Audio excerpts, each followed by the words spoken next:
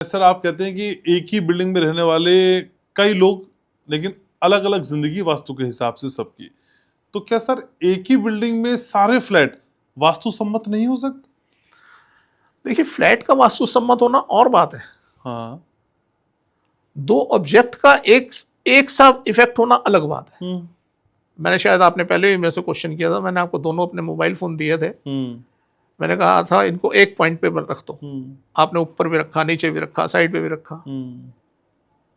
तो ये एक सिद्धांत है कि कोई दो चीजें, दो ऑब्जेक्ट एक पॉइंट पे नहीं आ सकते। या तो वो उसके राइट पे होगा, या उसके लेफ्ट पे होगा, या उसके ऊपर होगा, या उसके नीचे होगा।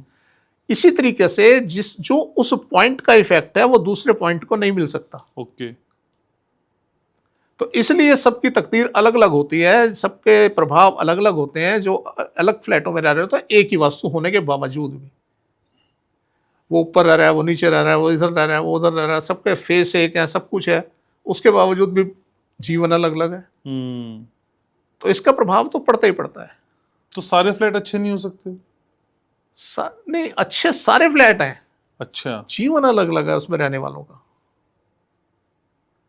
आप बहुत कमा रहे हैं, वो थोड़ा कम कमा रहा है, एक कंगाल हो रहा है।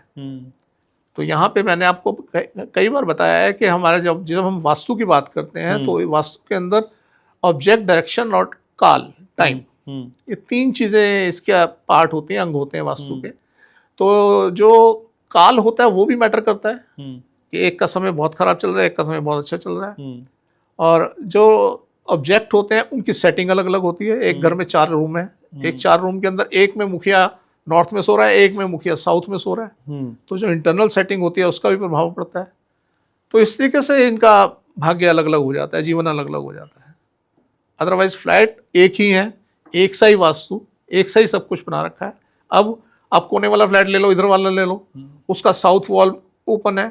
आप उसका लास्ट वाला ले लो, उसका नॉर्थ वॉल ओपन है, तो वो फर्क आ गया। तो इसलिए बड़ी सारी चीजें होती है। हम एक किसी कारण की वजह से परिभाषित नहीं कर सकते सुख और दुख को।